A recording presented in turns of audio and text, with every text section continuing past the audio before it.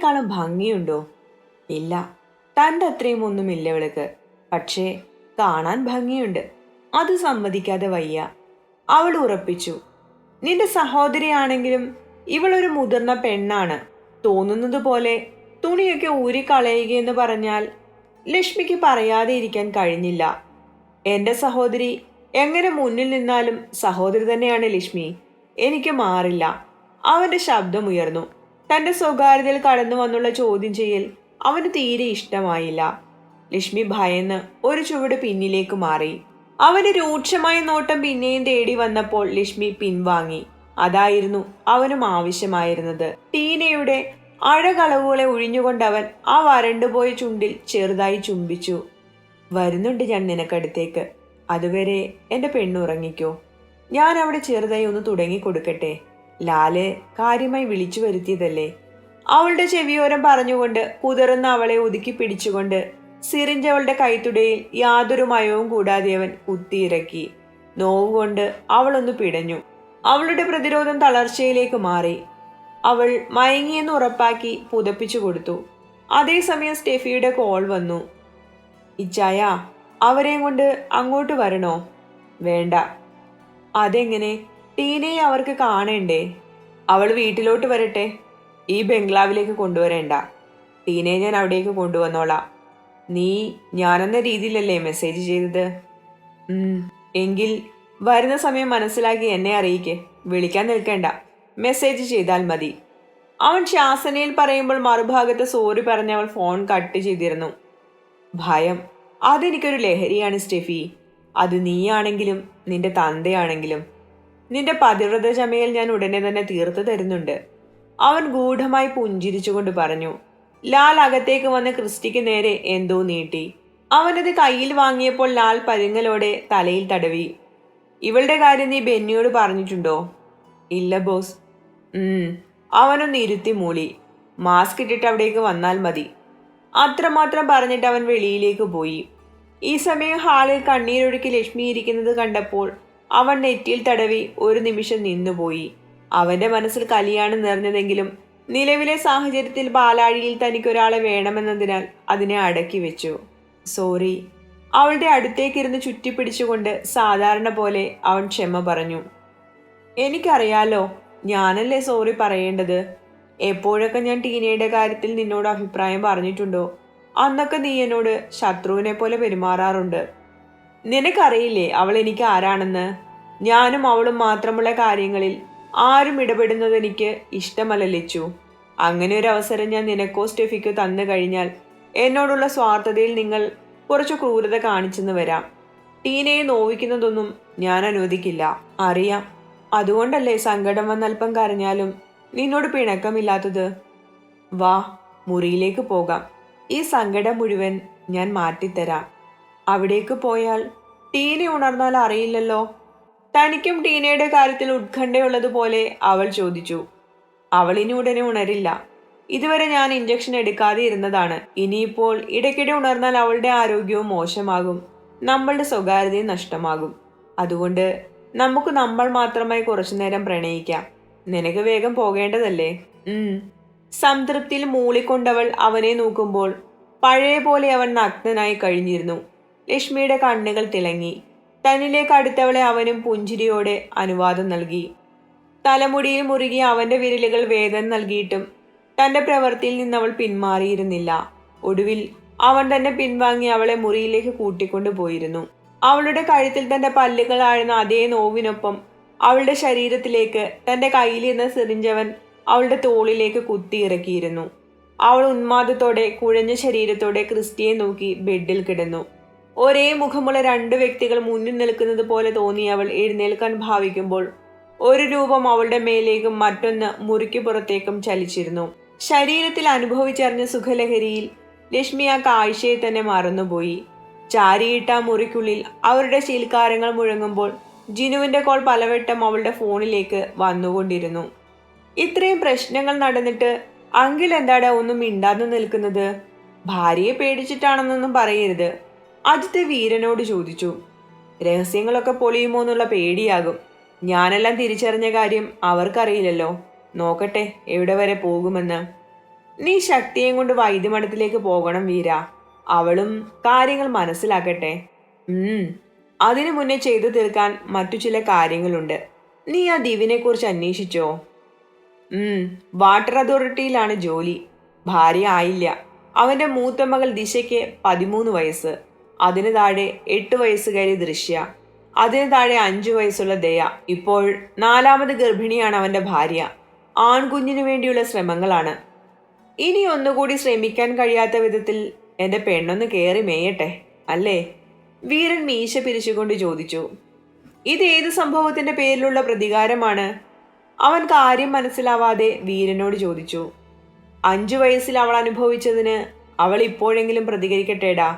കൂടുതൽ വ്യക്തമാക്കാതെ വീരൻ ഒഴുക്കൻ മട്ടിൽ പറഞ്ഞു. നീ ആ ഹോസ്പിറ്റലിന്റെ കാര്യം തിരക്കിയോ? ദേവനാഥ് അത് വാങ്ങി. പാതി അവകാശം അനുഗ്രഹിക്കാണ്. നമ്മൾ ഉദ്ദേശിക്കുന്ന രീതിയിൽ തന്നെയാ കാര്യങ്ങൾ പോകുന്നത്. രണ്ടാളും തമ്മിൽ ഉടനെ കണ്ടുമുട്ടുമെന്ന പ്രതീക്ഷയിൽ ഞാൻ അവളെ നിരീക്ഷിക്കുന്നുണ്ട്. ഇപ്പോഴും പഴയ അയ്യോ പാവം നന്മമരം തന്നെയാ. പക്ഷേ ജീവൻ, അവൻ എന്തെല്ലാമോ അറിയാം വീര. ഞാൻ നിന്നോട് പറഞ്ഞില്ലേ, അവനെ ഒന്നുകൂടി കുടയണം. അജിത്ത് ആലോചനയോടെ പറഞ്ഞു. അതവൻ അന്ന് കേശവൻ എടുത്തെറിഞ്ഞതാണ് അവന്റെ ഈ അവസ്ഥയ്ക്ക് കാരണമെന്ന് പറഞ്ഞപ്പോൾ തന്നെ ഊഹിച്ചിരുന്നതല്ലേ. പിന്നെന്താ സംശയം? ഞാൻ അതല്ല പറഞ്ഞത്. അവന് അനുവിനെ ഉൾപ്പെടെ സംശയമുണ്ടെന്നാണ്. അതെന്താ? ആ പവർ ഓഫ് അറ്റോർണി ക്യാൻസൽ ചെയ്യാനുള്ള പേപ്പർ അവൻ നീക്കിയത് അനുവിനറിയില്ല. അതുതന്നെ കാര്യം. പിന്നെ അരുണിന്റെ കൈയിട്ട് വാരൽ അവൻ നിർത്തലാക്കിയല്ലോ. എന്റെ അച്ഛനോട് നല്ല അടുപ്പമാണ് കാണിക്കുന്നത്. പിന്നെ അവന്റെ അമ്മയോടും. അതെന്തെങ്കിലും ആവട്ടെ അജിത്തെ. അവരുടെ സ്വത്തിന്റെ കാര്യത്തിൽ എന്തു തന്നെ സംഭവിച്ചാലും എനിക്കൊന്നുമില്ല. എന്തായി ദേവനാഥിന്റെ കാര്യം?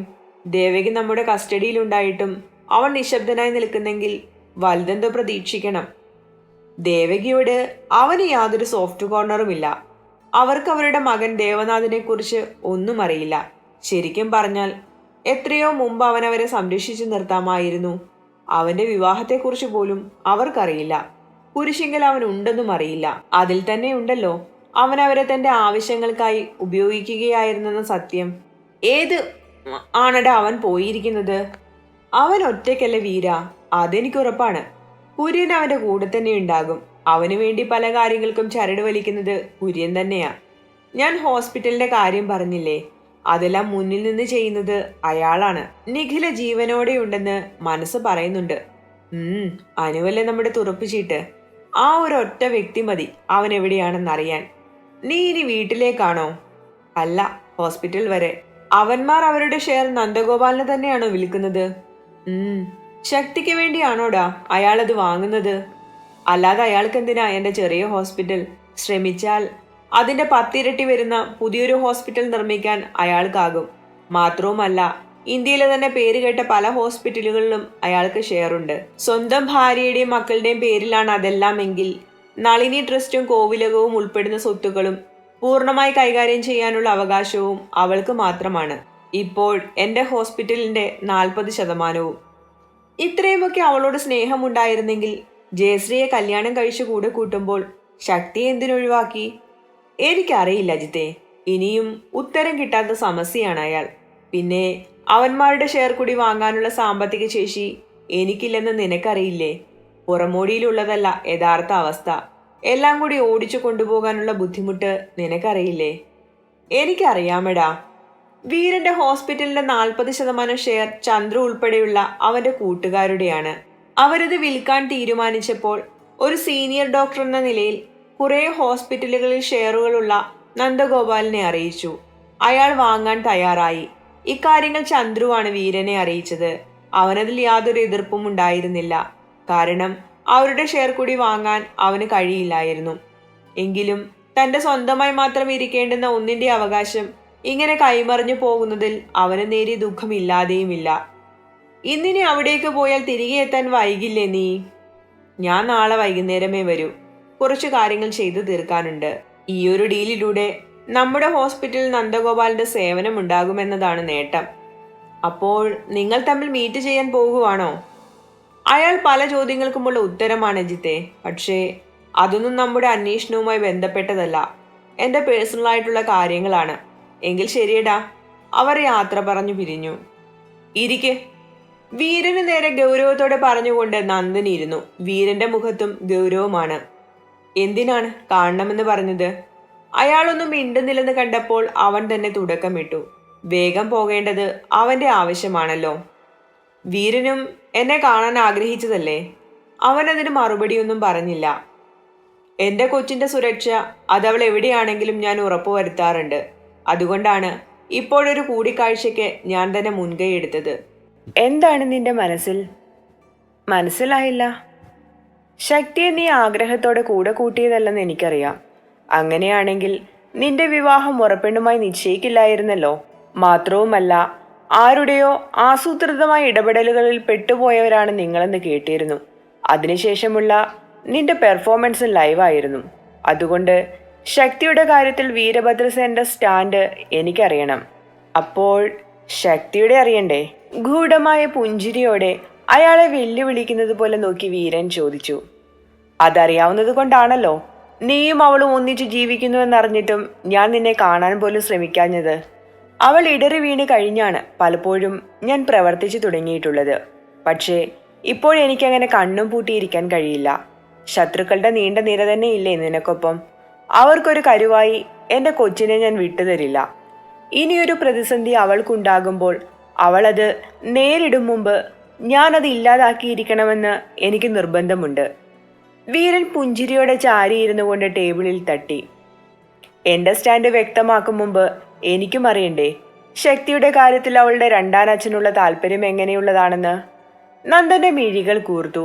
അതേസമയം വാതിലിൽ തട്ടിയ ഒരു ചെറുപ്പക്കാരൻ അകത്തേക്ക് വന്നു. എന്തായി ശ്യാം? ഇതിലെല്ലാം ഉണ്ട് സാർ. അവരൊരു പെൻഡ്രൈവ് അയാൾക്ക് കൈമാറി.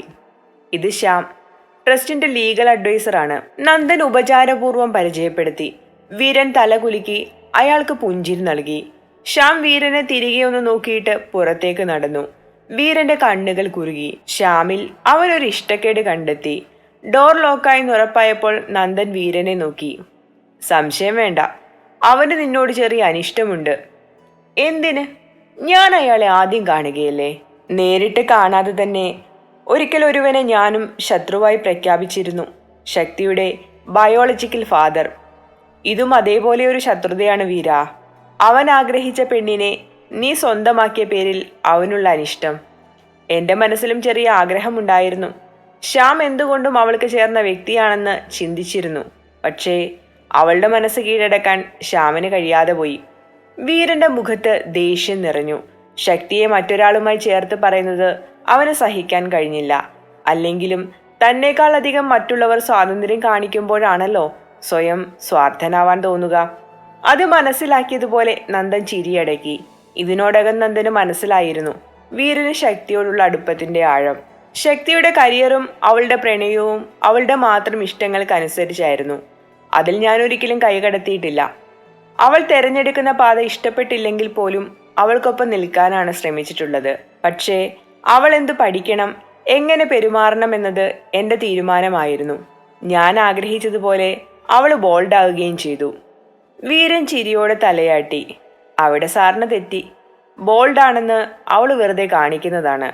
അവളൊരു പാവം കുറിഞ്ഞിപ്പൂച്ച തന്നെയാ. അത് നിനക്ക് ശക്തിയെ മനസ്സിലാക്കാൻ കഴിയാത്തത് കൊണ്ടാണ് വീര. അവൾ നിനക്ക് മുമ്പിൽ കുറിഞ്ഞിപ്പൂച്ചയായത് നിന്നെ സ്വന്തമെന്ന് കരുതുന്നത് കൊണ്ടാണ്. അവൾ ആകെ വിധേയത്വം കാണിക്കുന്ന ഏക വ്യക്തിയും നീ മാത്രമാണ്. അക്കാര്യത്തിൽ വീരനും സംശയമൊന്നുമില്ലായിരുന്നു.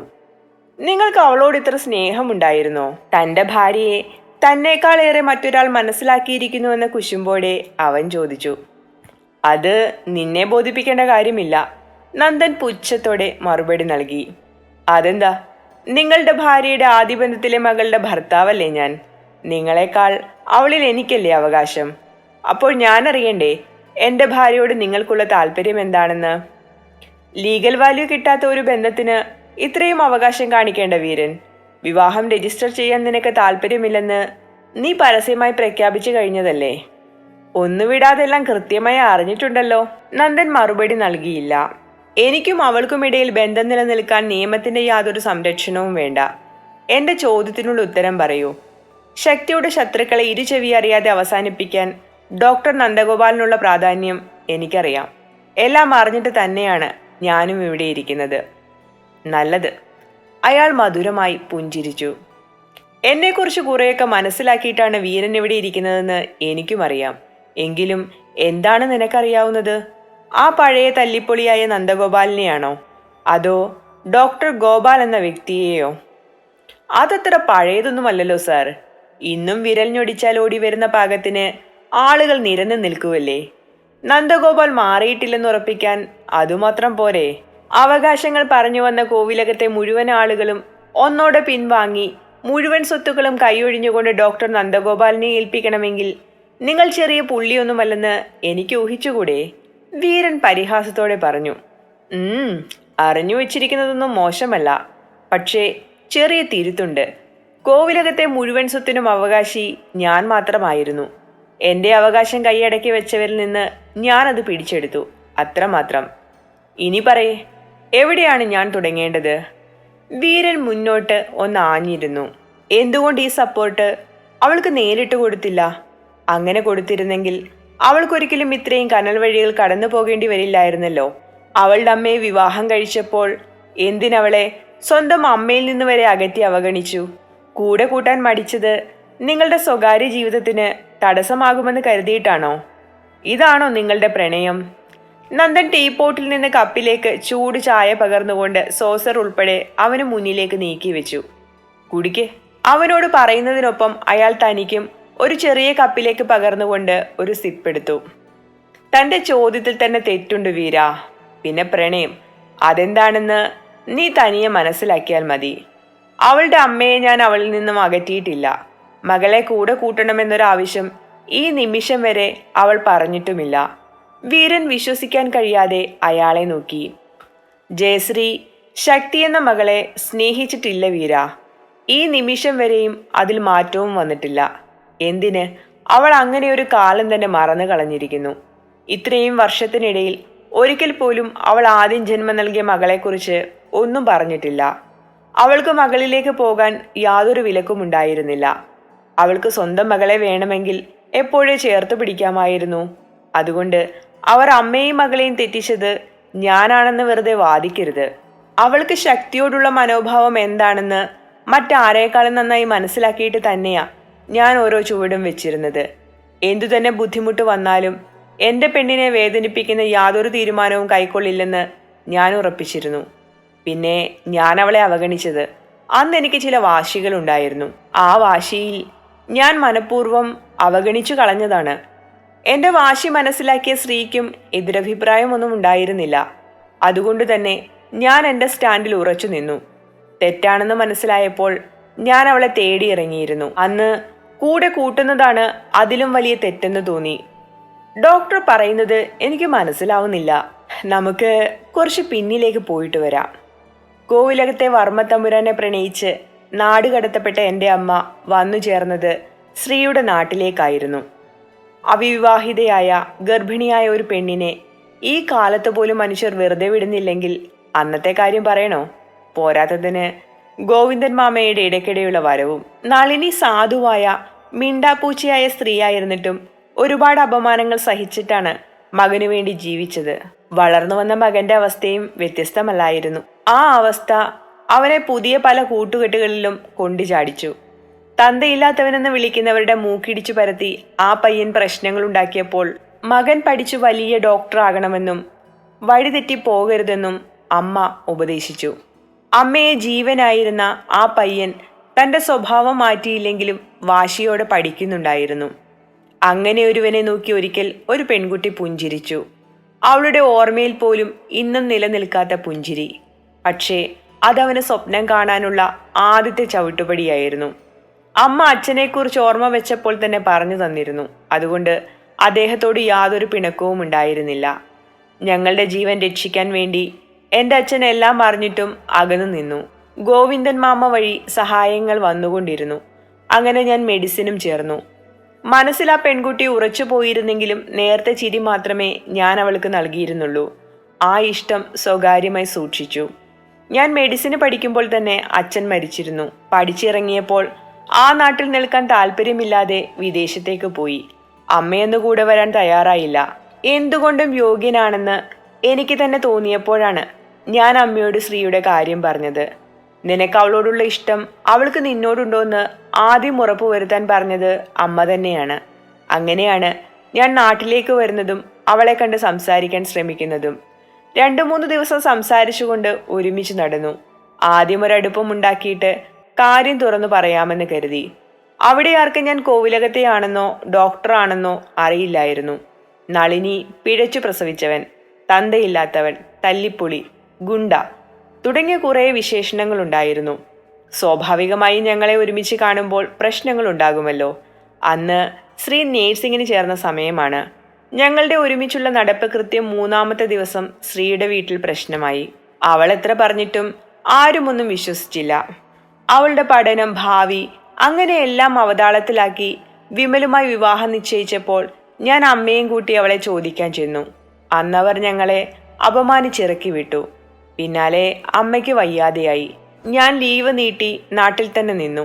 അടുത്തുള്ള ഹോസ്പിറ്റലിൽ താൽക്കാലികമായി ജോയിൻ ചെയ്തു. ഇതിനിടയിൽ ശ്രീയുടെ വിവാഹം കഴിഞ്ഞു.